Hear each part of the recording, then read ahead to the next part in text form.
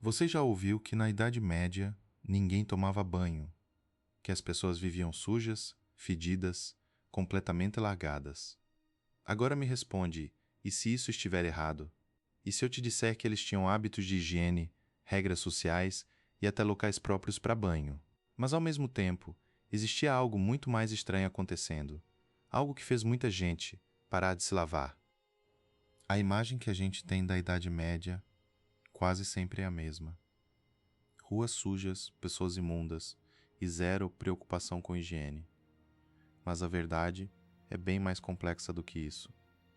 Sim, existia sujeira, existiam problemas, mas também existiam hábitos de limpeza, regras sociais e até uma certa preocupação com o corpo.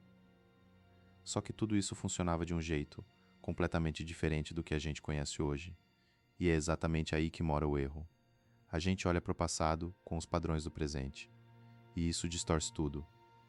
Hoje você vai entender o que realmente acontecia. Se eles tomavam banho, como funcionavam as cidades e por que, em certos momentos, se lavar podia ser visto como um risco.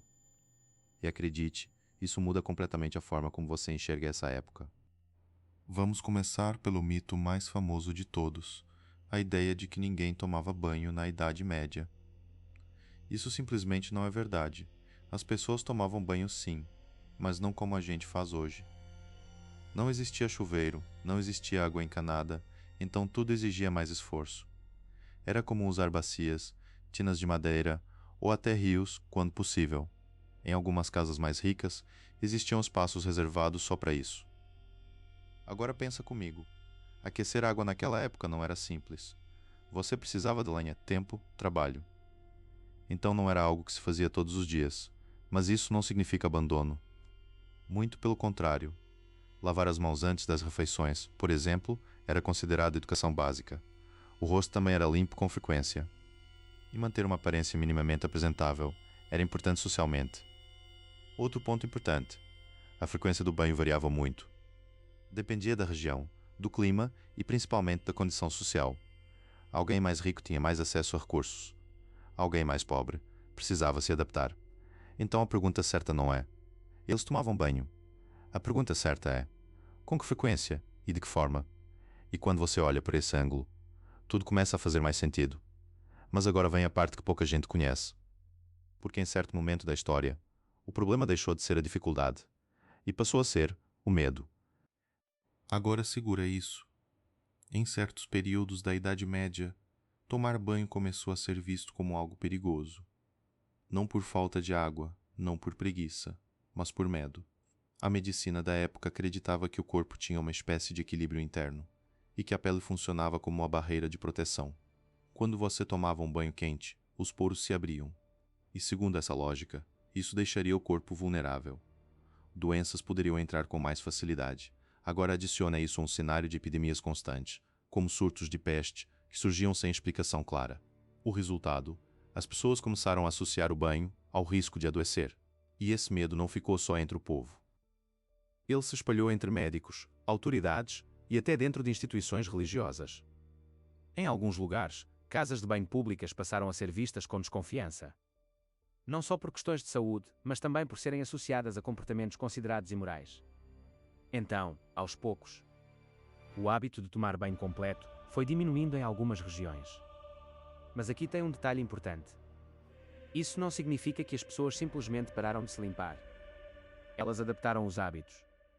Passaram a focar mais em limpeza parcial, no uso de roupas limpas e até em fragrâncias para manter uma sensação de frescor. Ou seja, o banho deixou de ser central, mas a preocupação com a higiene continuava ali. E isso leva a gente para um cenário ainda mais interessante. Porque quando você olha para as cidades medievais, a realidade fica muito mais visível. Agora imagina caminhar por uma cidade medieval. Sem asfalto, sem esgoto moderno, sem coleta organizada como a gente conhece hoje. A realidade podia ser bem intensa. Existiam latrinas, tanto públicas quanto privadas. Algumas casas tinham estruturas simples, que levavam os dejetos para fossas ou canais. Em certos locais, castelos e prédios maiores tinham sistemas mais elaborados. mas nas áreas mais densas. Nem sempre funcionava tão bem assim. Era comum que restos orgânicos, lixo e até fezes fossem descartados nas ruas, principalmente em cidades mais populosas. E isso criava um ambiente complicado. Cheiros fortes, acúmulo de sujeira e um risco maior de doenças. Mas aqui vai um ponto que muita gente ignora. Não era um caos sem controle. As autoridades sabiam do problema e tentavam agir. Existiam regras urbanas que proibiam o descarte em certos locais. Algumas cidades determinavam horários específicos para jogar resíduos, e em certos casos havia até fiscalização. Claro, nem sempre funcionava perfeitamente. Mas existia uma tentativa real de organização. Outro detalhe interessante. A água também era uma preocupação. Fontes públicas eram usadas para consumo e limpeza. E manter essas fontes utilizáveis era essencial para a sobrevivência da cidade. Ou seja, mesmo com todas as limitações, havia um esforço constante para equilibrar higiene e sobrevivência. Agora pensa comigo. Se o ambiente ao redor nem sempre ajudava, como as pessoas lidavam com a própria limpeza no dia a dia? A resposta está em algo que hoje parece simples, mas que na época fazia toda a diferença. As roupas. Agora a gente chega em um ponto que muda completamente a forma de entender higiene na Idade Média. Para eles, estar limpo não significava necessariamente tomar banho. Significava parecer limpo, e isso passava, principalmente, pelas roupas. As pessoas trocavam de vestimenta com frequência dentro do possível. E mais importante ainda, lavavam essas roupas. Tecidos limpos eram vistos como sinal de cuidado, organização e até status social. Agora pensa no seguinte: se você usa uma roupa limpa sobre um corpo que não tomou banho recentemente, a sensação de limpeza ainda existe. E essa lógica fazia sentido dentro da realidade deles. Por isso, existia uma figura essencial na sociedade medieval: as lavadeiras. Elas eram responsáveis por lavar grandes quantidades de roupa, muitas vezes em rios ou tanques públicos. Era um trabalho pesado, constante e extremamente importante. Além disso, as pessoas também usavam outros recursos para manter uma boa aparência. Óleos perfumados, ervas aromáticas e até pequenos sachês com fragrâncias naturais. Tudo isso ajudava a disfarçar odores e criar uma sensação de frescor. Então, mais uma vez, não era falta de preocupação. Era adaptação.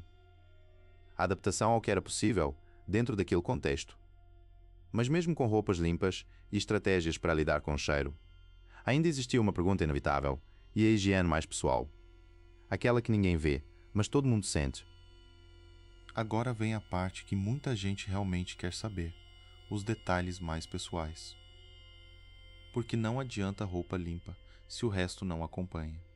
E sim, eles também cuidavam disso. Os dentes, por exemplo.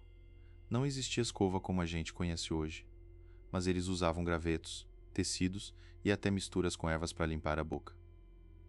Algumas plantas eram mastigadas justamente para melhorar o hálito. Agora imagina o gosto disso. Provavelmente não era agradável, mas funcionava dentro do que eles tinham. O rosto também era lavado com frequência, principalmente pela manhã. Mãos, igualmente importantes, principalmente antes de comer. Já o corpo, a limpeza muitas vezes era parcial. Braços, pernas, áreas mais expostas. Tudo feito de forma prática, rápida e possível. E isso revela algo interessante. A higiene existia, só não era padronizada como hoje. Cada pessoa adaptava como podia, dentro da sua realidade. Mas quando você junta tudo isso, banhos ocasionais, roupas limpas, cuidados diários, surge uma conclusão inevitável. A Idade Média não era exatamente como a gente imagina. E é isso que a gente precisa encarar agora, de forma direta. Depois de tudo isso, fica claro que a ideia de uma Idade Média completamente suja é uma simplificação. A realidade era muito mais equilibrada.